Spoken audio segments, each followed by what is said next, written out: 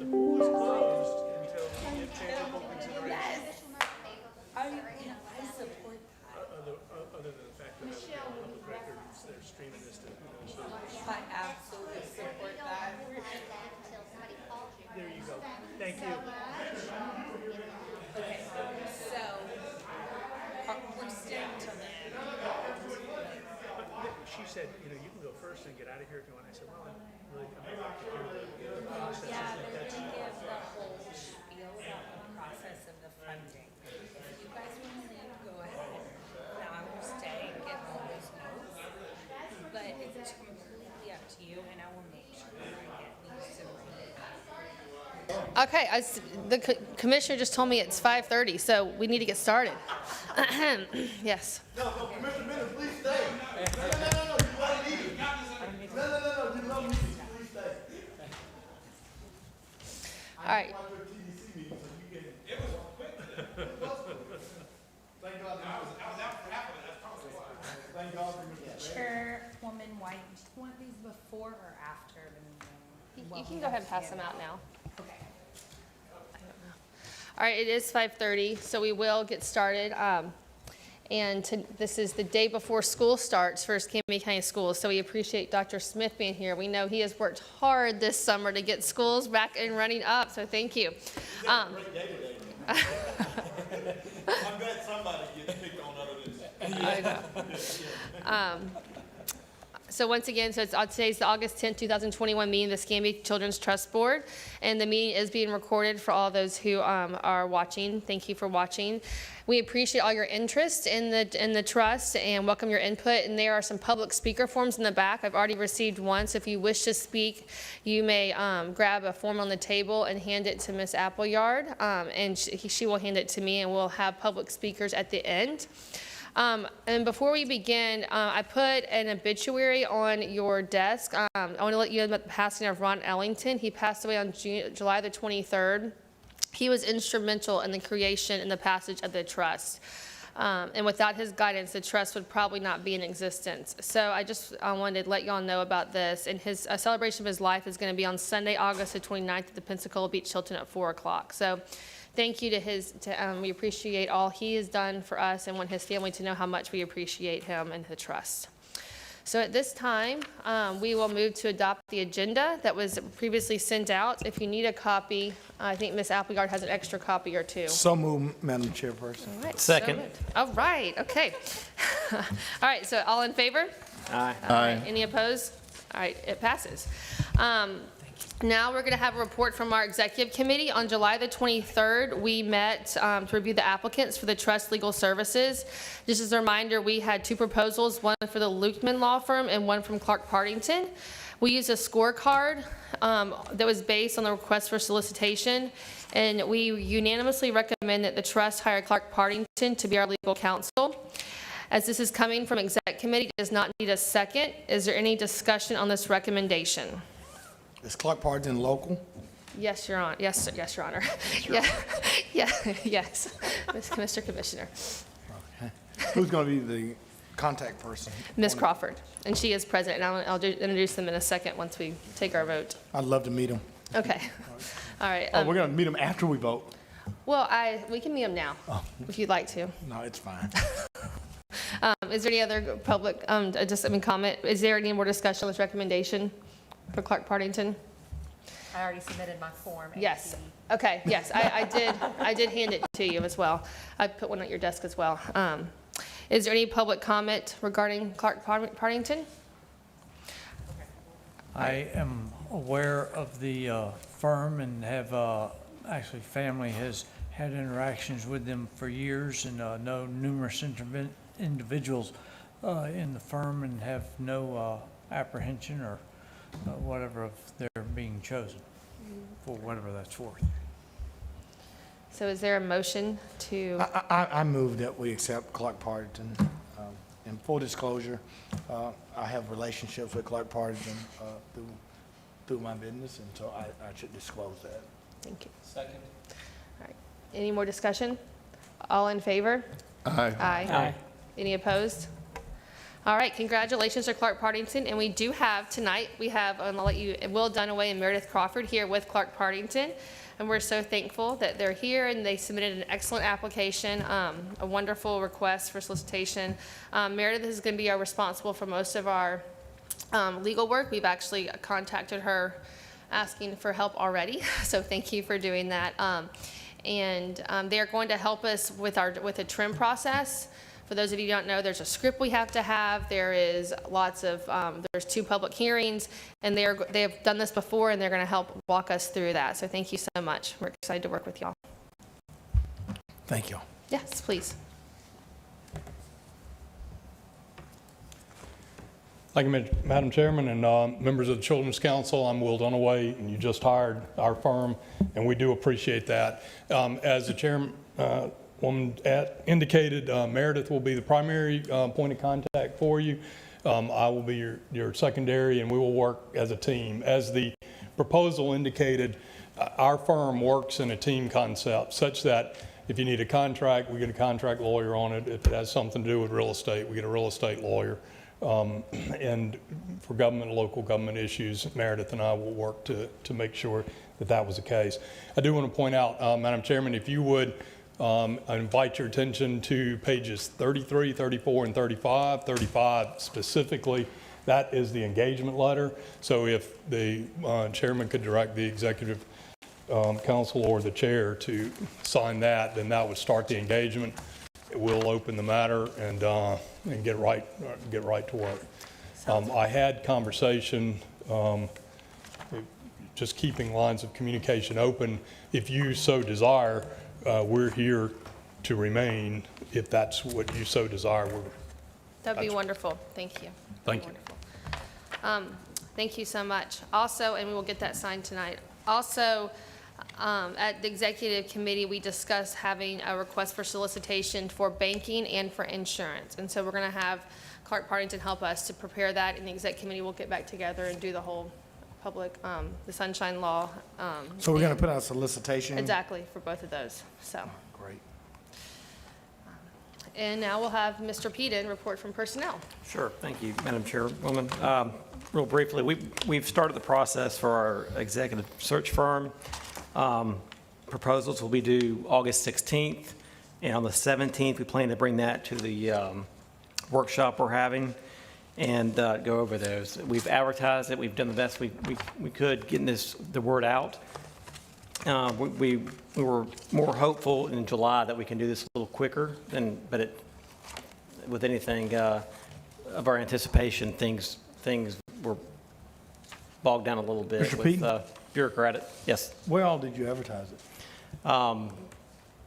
Association of Counties, I think you have the list. Go ahead.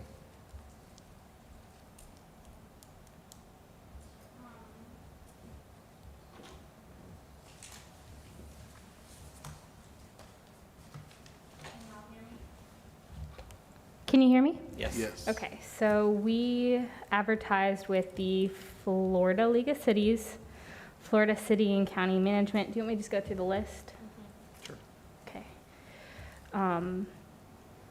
The National Association of Developmental Organizations. And we also contacted potential firms.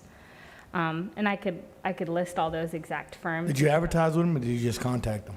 We contacted them to apply with us, to send a solicitation. Is the solicitation closed at this point? No. Okay. And I just would hope that the solicitation, Director Appleyard, is inclusive of geographical, racial, and gender organizations that reach beyond the traditional League of Cities and Florida Association of Counties. We did pay for advertising in some of those, and we really don't have a way of knowing who responded at this point. We don't know who has responded or who will respond. So if you can help us get the word out, that'd be You know, great. I'll call you off. I mean, there are some solicitations that are more inclusive than others, but I can call you after that if it's not closed. Do you want me to go through the list? No, it's fine. Okay. Any other questions for Personnel Committee? Okay. All right, hearing none, we'll have Ms. Appleyard give us an update. And I really don't have much. We're kind of in a holding pattern, waiting for those to come in. With the assistance of the attorneys, we're going to be in great shape for the trim. There's a webinar on the advertisement for that. So I think things are just moving right along right now. All right, thank you so much. Any questions for Ms. Appleyard? Okay. So now, one of the big things beside hiring an executive director is the bidding process. We're going to have funds coming in soon, or in November timeframe, and our goal is to get money out to the community. That's why we're here. And so how do we do that? And it can be overwhelming. So we thought we would have Michelle Watson, who is the CEO of Florida Children's Council, kind of give us a brief overview of how other counties do their bidding process, their request for proposals, or what they call it, their contracts per se. She is going to give us a presentation on the screen. I believe she should pop up shortly. And in front of you, she also mailed us books. They only have 4 of them, but they're from Broward County, and they're the proposed program services budget for discussion at the budget retreat for the past fiscal year. And she'll explain that. But this is this is years in making, so don't get overwhelmed by this. But this is what we will strive to have in the next few years. Madam Chairperson, and there's a question that maybe Ms. Watson can answer, or maybe Meredith, and I'm not spoken to Meredith as it relates to this. By statute, can only nonprofits apply for these funds? 11 times that. Is that statutorily correct? And that's what I've said to. Ms. Watson's saying no to that. I thought the answer was yes, so luckily we have her. And that's the reason I asked, because like you said, she said no. People are, and I've talked to counsel I've gotten both answers. So can a not-for-profit or can a for-profit apply for these funds? And I think that's important. Yeah, definitely important. So we'll let Ms. Watson take it away. Thank you so much for being here tonight. I know your son starts school tomorrow too, and you have a kindergartner, is that right? Yes. That's exciting. Yes. So, thank you so much. Tell him to wear his mask. Yay. Oh, he will, and so will she. Well, thank you so much for having me. It's been a while since I've joined you, and I'm really excited to share really good information about how other CSCs approach their work. Please also understand, right, the Broward Board Book in front of you is many, many years in the making. You all will take a minute to get up to providing that level of data, as well as actually thinking through, right, what are the needs? You're probably going to have some starts and some stops along the way, and things that you felt were potentially a solution in your community might not work out. And that is really kind of the wonderful opportunity with the Children's Services Council, is you get to seed innovation, and sometimes those seeds sprout into great giant sunflowers, and sometimes they don't really take. And so I just want to make sure that you all understand that there is no perfect path forward.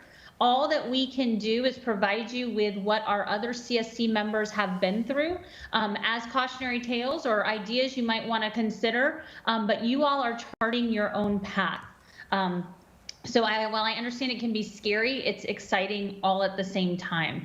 One of the things that I want to make sure that you all understand is, in order to really move forward with solicitations and putting dollars out on the street, is to really think about beginning with the end in mind. And that means really making sure that while you are looking for a search firm to hire your next CEO, that you've thought through potentially what are some of the staffing patterns that you're going to need to be able to support this work in the future years. Hiring a CEO is obviously one position, but you're going to need program service directors, you're going to need contract managers, because there are multifacets of not only getting proposals out and respondents, but then negotiating those contracts, monitoring those contracts, and make sure that those outcome measures are being met. as you look at funding a comprehensive service portfolio, right? It's not just all one area. You all will probably tackle many different facets of the community just based on need. So I'm going to share my screen, and I have just a few slides to highlight some of the salient points as you begin thinking through what this could look like in your community. So can everybody see my screen? Perfect. So this is just obviously my title slide, but one of the things I want to point out is the biggest part is determining the area as a focus. And so that is where the needs assessment really plays into what are your areas of focus.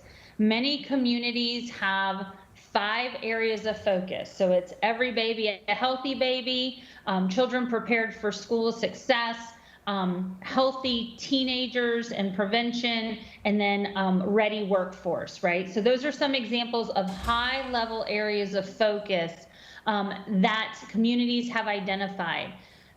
And they identify that based on comprehensive community data. What are your needs? If your kindergarten readiness rate is low, then you might put a significant investment into early learning.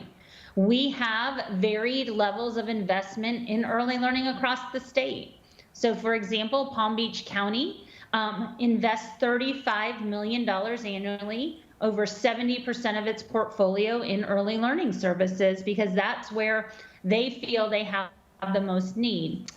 Just for comparison's sake, Miami-Dade County provides an investment of about $15 million in early learning annually. So because they have a very different area of focus based on need, they are able to shift dollars in different areas. But one of the things that they make sure they have is they have that comprehensive community data that is going to lend themselves to that decision making. And some of that, as they're looking at long-term trends in data, they're reallocating their dollars across focus areas should they need to as they move forward. So while all communities vary, there's often parity in the needs from one community to the next.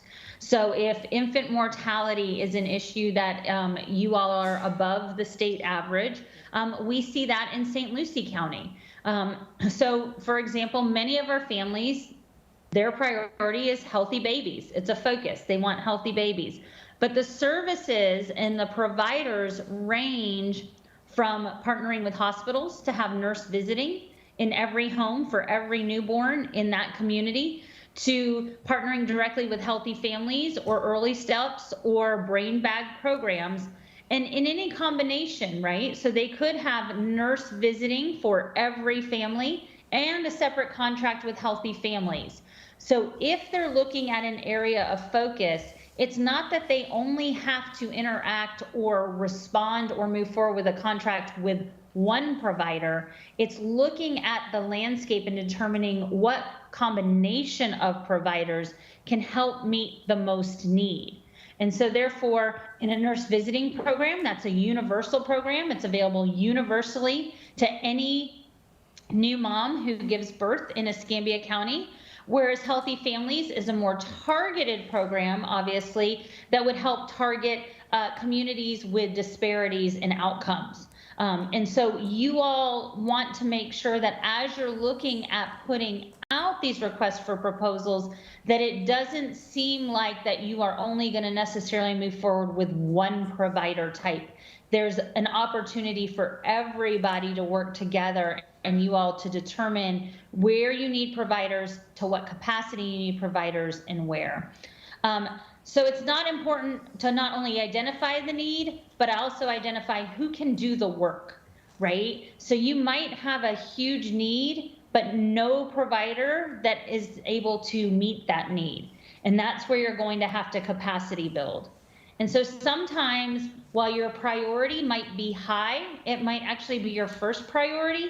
If you don't have the service provider capacity, you're going to have to work to build that in your community before you can address that priority. So you might move to priority 2, where there's a better equilibrium between the services that need to happen and the providers in your community that can offer those.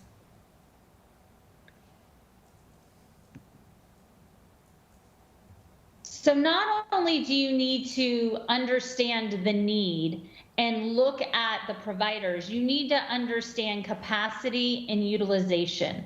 So even within your existing providers, you have this need that you've identified, and you also have a provider that you've identified, but that does not necessarily mean that they have the capacity to take on extra work from day one.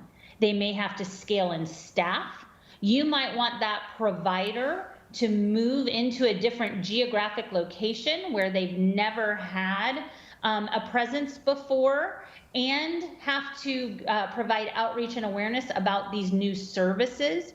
And that tends to lend itself to monitoring utilization, right? So sometimes you think of, if you build it, they will come. That's not always how it works. There has to have that community trust. There has to have that reputation moving forward. So think about not only what are the services that you need, where do you need them, and what is the utilization of those services? If you are utilizing a provider that's never been in a certain micro community and you're noticing that their services are not being utilized, then that means that there is not the probably trust factor, or there has not been enough information about what that service is intended to do. So that's why it's really important. One aspect is obviously getting dollars out on the street, making sure that services are available. But the other is making sure that communities at all levels understand what you are trying to accomplish and how you are trying to help, so that that utilization can be maximized so that you can have maximum impact. Also, time is always a factor. Please set reasonable timelines for implementation. I know that there is a need to get these dollars out on the street, but if you're really looking to do large scalability, there has to be time for that to happen. Whether it be the fact that, finding staff might be difficult right now to do that work. So what is the onboarding and the learning curve for new staff as you look to scale this program, and what is a reasonable timeline for implementation? Sometimes you might provide a contract in as little as 3 to 5 months after the request for proposal, but you might not see actual services begin, especially in the first year of any new program, for the first 5 months of that contract, because they're doing everything they need to do to scale. So there has to be recognition that there is a reasonableness for implementation in some areas. Now, areas where that it's just a funding need, right? You have a wait list, that families could be served if they just had more money, or their match dollars to draw down more federal funding or state funding. Those might be areas that you want to look at first, because the utilization will be there, and they might have already a capacity plan in place to really support scaling that program quickly. So those are all things that you all need to think through, and that communities think through as they're beginning to look at services. And I'm just going to stop there for a moment as a brief break to see if anyone has any questions.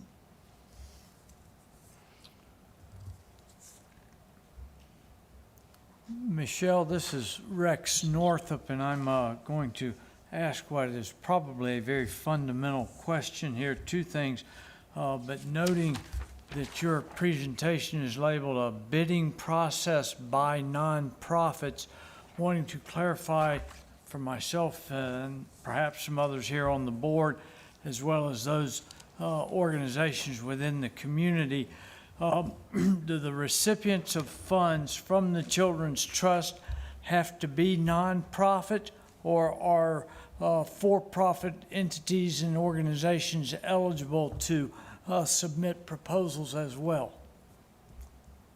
They are able to submit proposals as well as other arms of county government, parks and rec, especially for after school programs, those types. So you will see different service providers that will come to the table. If you all set a board policy, though, that you want to support the not-for-profit community, there's nothing that would preclude you from doing that as part of your services. But in many of our communities, we have other county governments that are partners. We have other, for-profits that have a for-profit arm that do the work, as their hospital administrators, those types of things. They do not have to be not-for-profits.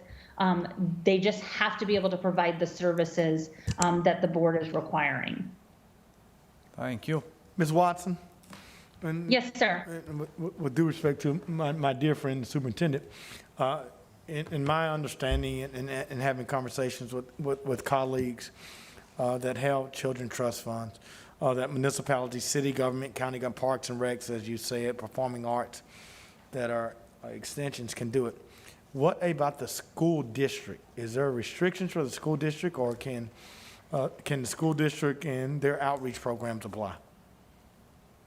So that, I would say that you would need to get a true legal opinion depending on how you word the request for proposal. The law states that there's a non-supplantation clause as it relates to school districts. So if the school districts want to utilize non-funded, non-state or federal funded dollars to start an initiative, it would not preclude the school district potentially from receiving a contract with the CSC, but you have to make sure that it is not supplanting any type of activity and or dollars that the state or federal government or the school district themselves could have to provide for the services.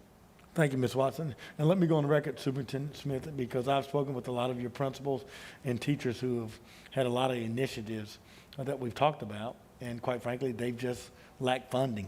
And so I hope that there is an opportunity, and as we have counsel there, I hope that we have the legal jargon or legal ability to allow for those services to be provided, because kids are at school, and many times you can't do the after-school programs, you can't do the enhancement programs within particularly schools that I serve, parents that cannot afford extracurricular after-school activities.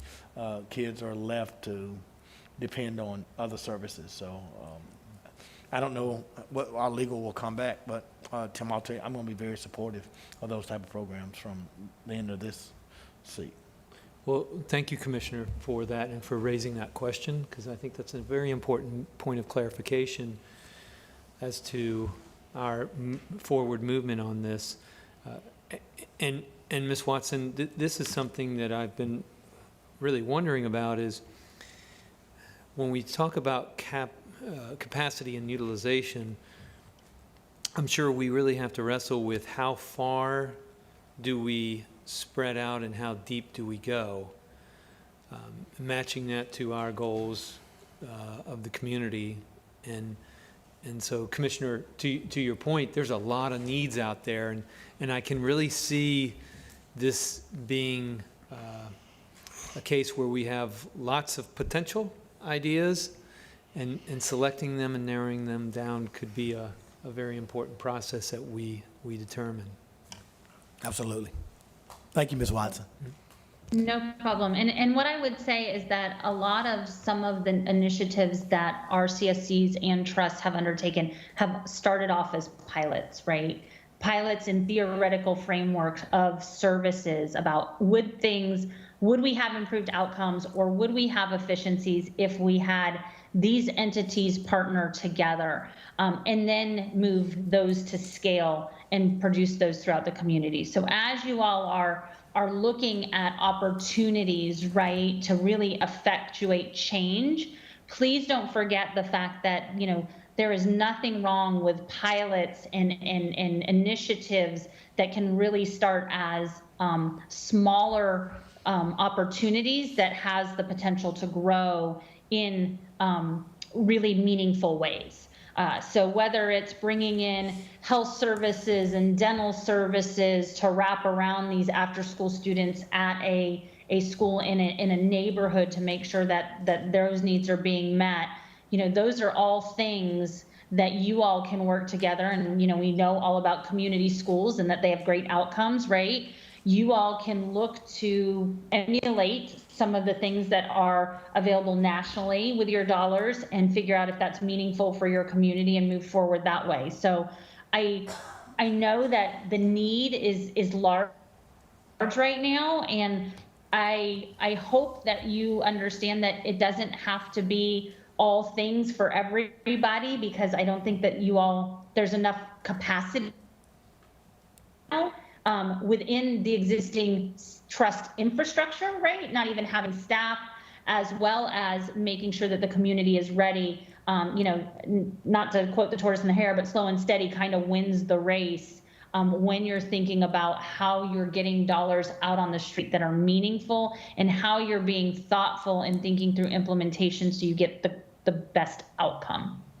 Ms. Watson, and my final question, because I want to move forward, but my dear friends in law enforcement who do great cadet programs, explorer programs, entry programs, whether it be the City of Pensacola Police Department, which I guess would come under the municipality of the city. But when I talk about explorer programs, expansion of those programs and new programs within our law enforcement, which is very important for our young people, could an entity such as the Sheriff Department, who technically falls under the county but has their own budget, could the Sheriff Department apply for these funds? Absolutely. As long as they meet the need of an identified need, and you all can basically defend the request and how it's tied to, absolutely. We have communities, both our Jacksonville community and our Broward community oversee the juvenile diversion programs in their community and really work with law enforcement to support that. Not only do they support the diversion, but their youth entrepreneurship and mentorship programs are then encapsulated within that portfolio so that as those children move through the diversion programs, they're then wrapped in services that pick up and provide them with training, a trade, mental health supports, resources that allow them to see a future, right, that moves that child to economic self-sufficiency or to making sure that they have a job when they complete it so that they do not potentially return to that recidivism cycle. So you all have the ability, within your board priorities, there's nothing that precludes you from being innovative. And so what I would say is, I would look at all of that information. Obviously, it needs to cut the, make sure that it meets the test, right, of making sure it's a non-biased, solicited, reviewed service. But I don't think any of that is off the table if that is what you all identify as a need. Thanks, Ms. Watson. And obviously, I can't research. JJ's killing me, but because I know we're all ready to go. But if you could share with us, particularly programs on diversion programs, economically sufficiency programs, and the reduction of recidivism that I know my dear colleague to the left of me would love for juveniles. Please share that with us. Absolutely. And just as a sneak peek, those Broward Program Services books, you will be able to see around economic self-security and juvenile services and diversion and mentorship within those books.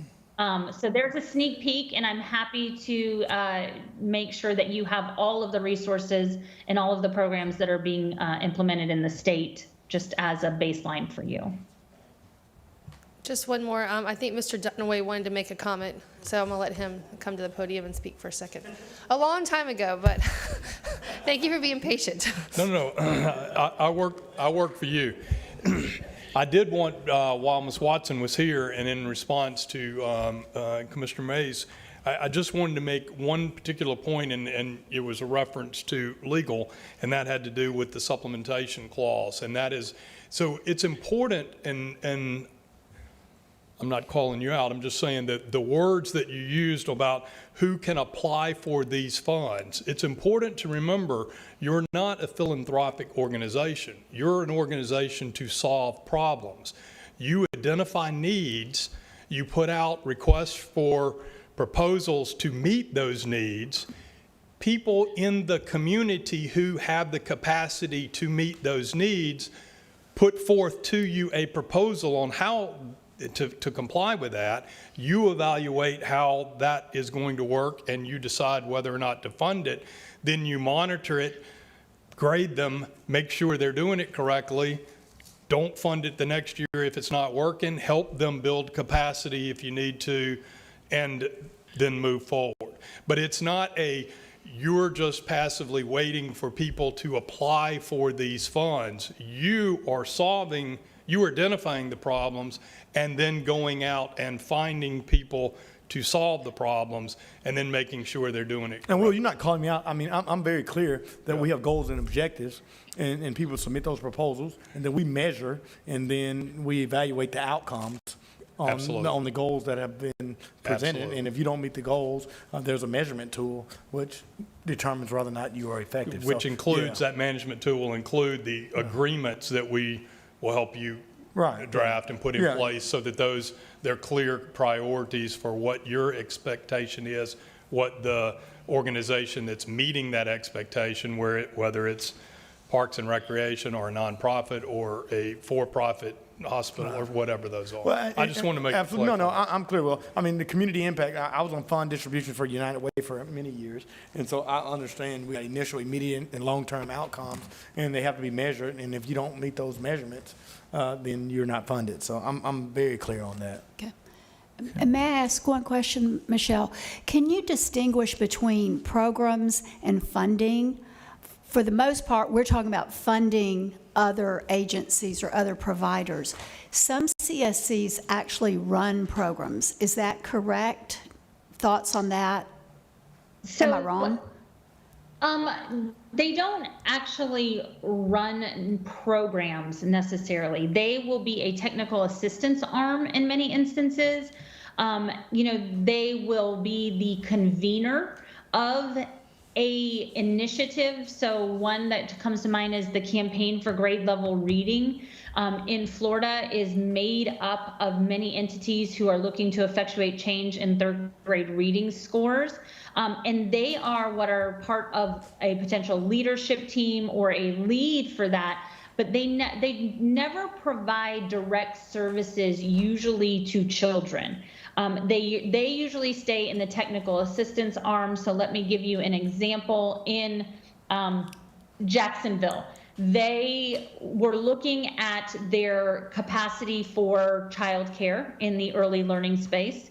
When they looked at their data, they realized that they did not have they had a very small percentage, about 5 to 10% of their early learning providers were Gold Seal accredited. Which is an accreditation that raises the quality of the environment through reduced teacher-child ratios, better materials and curriculum support, more staff training, and asks through that accreditation process that be maintained, right, throughout the day. So what Jacksonville did is they didn't fund directly children necessarily. They provided and started an accreditation academy where they funded these childcare providers, helped pay for their accreditation fees, supported them with technical assistance to identify what they needed to be successful in attaining that accreditation. And then once that cohort was done and achieved accreditation, they would bring in another cohort of providers. So what you don't typically see is direct services to children and families. What you see is technical assistance that will strengthen the infrastructure of services based on getting economies of scale through that type of endeavor. So does that make sense, Caroline? Yes, thank you. That clarifies that. Madam Chair, I have one more question, if I may, and this is Michelle. You may be able to answer this, and/or our legal counsel that we now have available, and appreciate that tremendously. It was mentioned, and I've wondered about this in regards to funding and then continuing to do assessments and evaluations of are they meeting whatever given targets or milestones or whatever it may be. Is this going to be on an annual basis, as was mentioned specifically? Some of the entities I've been involved with and remain involved with that do provide some funding have steps in order or in place where they are reevaluating on as frequently as a quarterly basis, looking for meeting milestones, delivery of, or meeting deliverables, that type of thing. And which is the requirement for us, or is there a set requirement that it be, this is going to be, you get your money for a year, and regardless of performance over that year, and we don't get to reevaluate them until the year is up? Or is it going to be something where we have the opportunity on some of these, as you say, some of the potentially looking at old project situations or whatever, where we may just be looking at them and want to see if in 4 months they're not delivering, are we going to have an ability to either reassess, even if it's not in funding, to say, hey, you're not meeting your deliverables here, you're not performing, you either need to make some modifications or something? So what I would say is it's really important to delineate between what you expect as a program deliverable and what you expect as an outcome. So for example, if you are funding a child welfare provider and the deliverable is that every month they will serve 30 distinct families, you will want to probably collect that on a monthly basis so that you can track utilization, determine if there needs to be technical assistance or if there needs to be some sort of awareness support out there. That does the community know that this new enhanced service is available?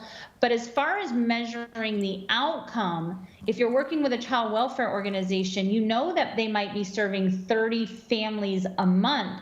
But what you won't know right away is if those families then interacted with DCF in a child welfare situation for an extended period of time. So the outcome and evaluation measure might look at, of the families that you served, did they have an intersect with DCF child welfare within a year of receiving services? If the answer is 90% of them never interacted with DCF after a year of receiving services, that's a great outcome, but it is very different from a deliverable. So what I would say is the words that you use and the measurements that you use are going to matter. You will always want to make sure that you are probably tracking what typically people say are outputs, right? How many families, true numbers, and then the outcomes are the long-term things that you all would want to see as a part of funding this service moving forward. So, you know, I would not use those things interchangeably. So the evaluation could be done annually, and the deliverables could absolutely be done monthly and quarterly, depending on how you set those up. Thank you.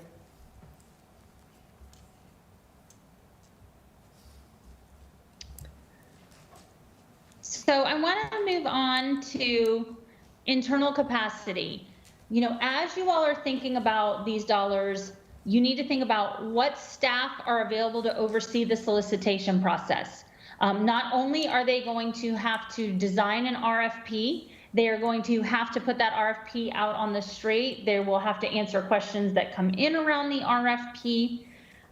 You're also going to have to determine who are the reviewers. Who is responsible for reviewing these proposals and determining and scoring these proposals to determine if funding is capable? Are you going to use community reviewers? Are you not? What are the types of reviewers that you're going to need, and in what capacity and for how long are you going to have those? Because that's going to lead to your staffing plan. Will the same staff be responsible for monitoring the programs? You are probably going to want to have whoever monitors the programs be very different from those that recommended funding in order to make sure that there's no bias, right? You often want a program that you recommended for funding to be successful. And when are you willing to, kind of keep those lines straight? Who will provide technical assistance? And how will success be measured? And so when you're looking at what that staff plan looks like, you can bring in a whole bunch of providers, right? And you can put a lot of money out on the streets and you can have the best deliverables and the best outcome measures. But if you don't have the staff that are able to make sure that they are monitoring that success, you might not know that you're successful, or you might not know that you have an issue because your early warning detection system, you don't have enough staff to bring that forward timely as you're moving forward. So just think about not only thinking about when you put dollars out on the street, what's their capacity? You have to understand, do you have the internal capacity to make sure that being good stewards of that money is happening on a daily basis with these programs moving forward? So I want to go over some current practices. Most CSCs and trusts solicit services for one focus area annually. So they do procurement on a rolling basis, or solicitation on a rolling basis. So for example, if you are doing your after school and summer portfolio, that will be an invitation for after school and summer programs to submit proposals that meet a list of the attributes that you want to see. Maybe it's a literacy component, a social emotional component, a health component to their programming. What are the attributes you want of these after school and summer providers? And then you identify the areas that you have need and capacity. You move forward to contracting them. And then you do that once every 3 years, right? You still will monitor, you will still make sure that they're having outcome measures, you will make sure that they are collecting their information as part of that continuation contract that you develop with your legal team. But what you would do is you would look to develop a contract that will last between 3 and 5 years, depending on how many focus areas you all identify and put towards procurement. Some other areas are Every Baby, Healthy Baby, right? If you are looking at infant and healthy and services related to the birth to 12 month space, that would be one full year where you are putting out to contract who are the entities that can work with this population, and that would be a separate year so that you can build those outcomes. So the ways that St. Lucie and Martin County do it, who are most like you, are a rolling basis. What they also do when they know an area is coming back up for procurement is they do a mini needs assessment, really looking at, has the data changed? Have the demographics changed? Has the area of need changed prior to going through re-procurement? And they do it on a rolling cycle so that they can be laser focused on one area of practice a year and really dig deep into the service providers, setting them up for success and moving forward. Now, St. Lucie has 5 focus areas, so they do one a year. Martin County has 4 focus areas, they do one a year, and then in the 5th year, they actually don't go out to bid at all for any services. What they do is they take that as their strategic planning year, and they do a large-scale countywide needs assessment to recalibrate the entire community's needs and determine if they're going to keep their 4 areas of focus or if they've identified a new area of focus that they need to react and respond to. When you are thinking about Miami and Palm Beach and Broward, they very much are on a 5-year contractual basis. That doesn't mean that they execute a contract and then don't see those providers for 5 years. There are milestones and deliverables and technical assistance that's available, but they do large-scale procurement. And you have to remember their budgets are anywhere from $80 million to $100 million annually. So for them, it's a really huge workload issue to do more than one focus area or procurement a year. For our smaller communities, it's a workload issue as well, just because they don't have as many staff, but they also want to make sure that they're really focused on what needs to happen. The timeline from release of a request for proposal and final contracting, just know it averages from 3 to 5 months. If you are really have identified exactly what you want from a service perspective, it will be closer to that 3-month end. So if you want nurse visiting for every baby that's born in Escambia County, you might execute that contract with a local healthcare provider or hospital, very clear deliverables and outcomes. That might take 3 months. If it is a proposal where you want coordinated community services, which must be comprised of after school, dental, health, vision screenings, food security in a select area, that might be more of a 5-month contracting process, because that service provider is probably going out and looking for partners that will join them in that contract, and or subcontractors that will help in their response to meeting the needs of the community. The other thing that's been seen as a promising practice is CSCs identify community reviewers to mitigate bias. I kind of discussed this earlier, making sure that there is a large-scale community review. It's not just internal to the Children's Service Council or Trust, so it doesn't look like there is any bias. That there's any bias or preconceived funding happening. It's based on a very transparent basis. And then just so you know, some providers are going to need more staff support than others.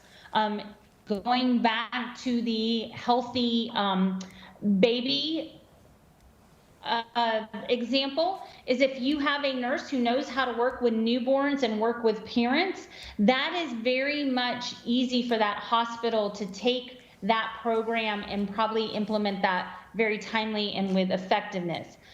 There are some providers that are smaller, such as our after school and summer programs, that are going to need more support in technical assistance. Hey, I'm having trouble finding PPE equipment as COVID is happening, or, you know, our facility is undergoing renovations. Do you know of any other facility that we could sublease from? And so that's where the amount of staff support to really get to a final contract and really explaining what you expect to have happen, depending on the level of sophistication of providers, might take less time or more time, but still all very worthy endeavors and conversations. But just be prepared. If one area of focus goes really smoothly and takes less time, don't assume that that's going to translate to providers in another area of focus. The other is identify the difference between long-term funded programs and short-term funded programs or initiatives. So areas where you know that you will always have a need, right? Parents are going to need summer learning opportunities for their children. That issue will never go away. So that would potentially be a long-term funded program. Short-term funded programs or initiatives are things that are meant to either be a awareness campaign, right, around child drowning or safe sleep, and or short-term needs that might only be 1 to 2 or 3 years as part of hurricane recovery, for example, things that might not need to have long-term funded. So when you're thinking about requests for proposals, you might have to have some emergency procurements or a pot of dollars set aside to respond to issues that are short-term that pop up that are not going to be part of your usual service portfolio. And then lastly, determine what opportunities there are for the trust to really lead and what opportunities there is for the trust to participate in. If you have a group of community advisors and leaders, to start your own round table or your own group of community advisors and leaders is probably not the best use of time if that infrastructure already exists. So figure out where the trust can plug in and lead some community initiatives, and then where the trust just needs to participate and bring in resources, learn information, and bring that back to the board as opportunities. And then lastly, I just left my contact information. If you want more specific examples of community projects and services, we are happy to pull those together for you. Given the time allotment that I had tonight, I wanted to just be very respectful of your agenda. Thank you so much, Ms. Watson. Does anyone have any further questions for her tonight? I had a question. So you mentioned like the rolling, like how they focus on one area. And so if we have identified, say, 3 areas, did those trusts roll out one area at a time? Or I don't know if you can answer this, or that first year, did they try to tackle all 3? Or if they had 3 focus areas, did like the first year they pick one, then the second year they add on the second one, then the third year, is that how they started out? Yes, most of them had to balance onboarding staff and setting up the infrastructure of their organizations with getting dollars out on the street. And like I said, being able to monitor, provide technical assistance, and make sure that those programs were being implemented in accordance with the contracts. And there was, based on all of our CSCs and their histories, there was not a CSC that had that ready infrastructure to do all focus areas well as stand up their organization. And Michelle, can I ask one quick question? Reimbursement versus seed money, can you talk about that? Absolutely. I mean, I think that you all as a board will have to determine where there are opportunities to support maximizing revenue, right? So should you need a one-time allocation to help draw down federal or state dollars, right? But yet the program is aligned to a need in your community and it's one-time funding, I think you all can absolutely approach those opportunities, as well as ongoing services. That's what I kind of meant with what are short-term initiatives and then what are long-term funded programs. Where are areas that no matter what, the work will never be completed because you're looking at different cohorts of children coming through your community that are going to have needs. Now, those needs are probably going to decline over time, right? That's the whole goal with collective impact. You might not need as much funding in one area, but you will always probably need funding or you're going to erode a lot of your good work and effort. It's the old adage, if you don't tend your garden, weeds will grow. So those are the types of things that you all can determine as a board. Is there a one-time funding request for proposal for innovative projects that you would set aside dollars and expect an outcome, and what does that look like? It is all in the plan that you all build based on the needs that you have. Thank you so much. At this time, we appreciate you talking to us, and if we have any other questions, we have her information, so we can send her questions. Thank you, Judge. At this time, we'll have any other discussion items by the board members? Okay, just a reminder, we're getting ready to have public forum, and so the purpose of public forum is to give members, the public the opportunity to address and trust board members on any matter of concern. And the forms are back there, and we do have, I have one form from Admiral Kozad. He is from the Starbase Pensacola program, and so He is going to come share with us about his program. He also has printed out for us, the Naval Aviation Foundation has printed out the Starbase Pensacola opportunity for us. Madam Chair, do you mind if I sit? Oh, please, whatever's best for you. Thank you. Madam Chairman, members, it's an honor to be here today, and really, no ask associated with this, but really, just to inform you and to share, one of those seeds that Ms. Watson talked about that we're really excited about. Again, I'm Kyle Kozad. I'm the President and Chief Executive Officer of the Naval Aviation Museum Foundation. And really, the part of my job that I really want to focus on and talk to you today about is, our STEM outreach programs. Through the years, we've had a flight adventure deck which focuses on middle schoolers and day field trips and summer camps. We've had a National Flight Academy that really focuses on, more immersive STEM outreach opportunities for kids locally or around the country. And most recently, we've had an opportunity to expand that for a program called Starbase. Starbase is a DoD-sponsored program that targets military communities with at-risk systems, ecosystems, and Pensacola qualifies for that. We were approached about 4 months ago based on a proven track record of being able to deliver STEM in a variety of circumstances. And so we've been given an opportunity. We've recently received a contract, and we're moving out to create our own Starbase program. And what Starbase is, it's a partnership between, right now, the Escambia County School District. Dr. Smith has been involved, NAS Pensacola, so Captain Kinsella and his staff have been involved. And then as the host, the educational host, the National Flight Academy, with a pre-existing facility, is deeply involved.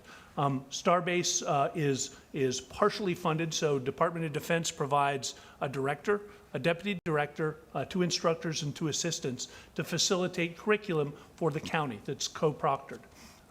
We will start. We just recently hired a director with a significant amount of experience in the Starbase world. She was a director in Oklahoma, had 4 different schools underneath her, so she reports on Monday to be able to kickstart our program for us. And really, it's a 5th grade outreach program that includes 25 hours of existing curriculum. So the Department of Defense provides kind of a baseline for the curriculum that they provide. That comes to the individual Starbase and the director, and then over the next several months, our director and Dr. Smith's team will work on kind of individualizing what our curriculum looks like so we can touch up to 2,000 5th graders in the local Escambia County School District over the coming year. That program starts out as 25 hours of curriculum in the class, but it is expandable based on performance to an after-school program, to a summer program, and eventually what we hope to be a middle school program in the future. We're excited about that. There are, national merits of performance, and as described on the Starbase website, there are some national outcomes that show substantial increases in STEM subject comprehension for the kids. It increases confidence and efficacy in STEM subjects, also an increase in STEM technology, but also increased rates of high school graduation, decreased rates of unexcused absences for the students. So really, it's a non-traditional classroom where, the motto is hands-on, minds-on, where kids get to come from, say, a school district like Warrington, where they're out of a traditional classroom. They have an opportunity to come to touch things, to see things in a real state-of-the-art classroom. So we're really excited about the opportunity. I would love the opportunity. I'm mindful of your time. This is one of the things when I retired from active duty and I came to the foundation, I made myself a personal promise, and I said the community in the city of Pensacola and Escambia County have done such a good job of taking care of me and our Navy while I was on active duty. This is an opportunity for us to give back. So what I'd like to do, being mindful of your time this evening, is offer an open invitation, whether that's one at a time, whether that's for the entire group to come out to the National Flight Academy, so I could talk a little more in depth. We have a great partnership right now with Dr. Smith, his team, the base, and then my team, and we're excited to be able to roll this out as we develop the curriculum this fall, and then look to cut a ribbon and start with our first students in January of '22. So pending any of your questions. Very impressive. We're excited. Thank you for your contributions to this. Yeah, I just also want to amplify this is quite a gift to this community. It's incredible. Do you know if Panama City and Tyndall has anything like this, or is Escambia the only one in our region? So right now, to my knowledge, and Starbase is a national program. We actually had one in Pensacola that the Navy decided to walk away from. So the foundation, my foundation, provides kind of a unique nonprofit perspective. You know, I own the building, I pay for all the costs, and so I have a little more flexibility to be able to make a determination. And it fits within that mission of, you know, STEM outreach to the local community, the national community. And so the short answer to your question is there's one other Navy Starbase that will just stand up in Orlando at the Naval Support Activity. There's another Starbase that the Air Force sponsors out on the Space Coast at Tyndall Air Force Base, I believe it is. So throughout the country, there are probably 70 plus. So it's really a proven program that has metrics to be able to measure. We're required, you know, on a quarterly basis to provide, you know, statistics to the DoD office. They provide all the staff, the teachers, from a resource perspective. They provide funding for, you know, things like school supplies, things like, you know, the kids will have an opportunity to do 3D printing, to use drones, to be able to do some, you know, coding and things that they probably wouldn't otherwise have an opportunity to do. You know, the only delta right now is, you know, facility costs and support per square foot. Other questions? Thank you so much for coming. I appreciate you coming. Absolutely. I look forward Yeah. to hosting you when your schedules allow. Thank you. And I'll leave some business cards down here. Sounds good. There's no more public comments, so that's concluded the public forum. I want to remind the trust members that next Tuesday, a week from today, at Woodlands Community Center, we have Woodlands Heights Resource Center, we have our workshop from 8 to 11. Hopefully that will help us answer some of the questions that Michelle brought to our mind. And then it's open to the general public. Everything is open. Yes, all members. I know that, I don't think the judge is going to be there, but I know the rest of us should be there next week. I think of all RSC people. Hopefully. We might have a birth by Dr. Northrop's daughter. So he might need to be on grandpa duty, which we understand. So before we conclude, Ms. Appleyard, do you have anything? Okay. Is there a motion to conclude? All right, so we'll have a motion to adjourn, and thank you so much, and have a great night. Thank you. Carolyn, do we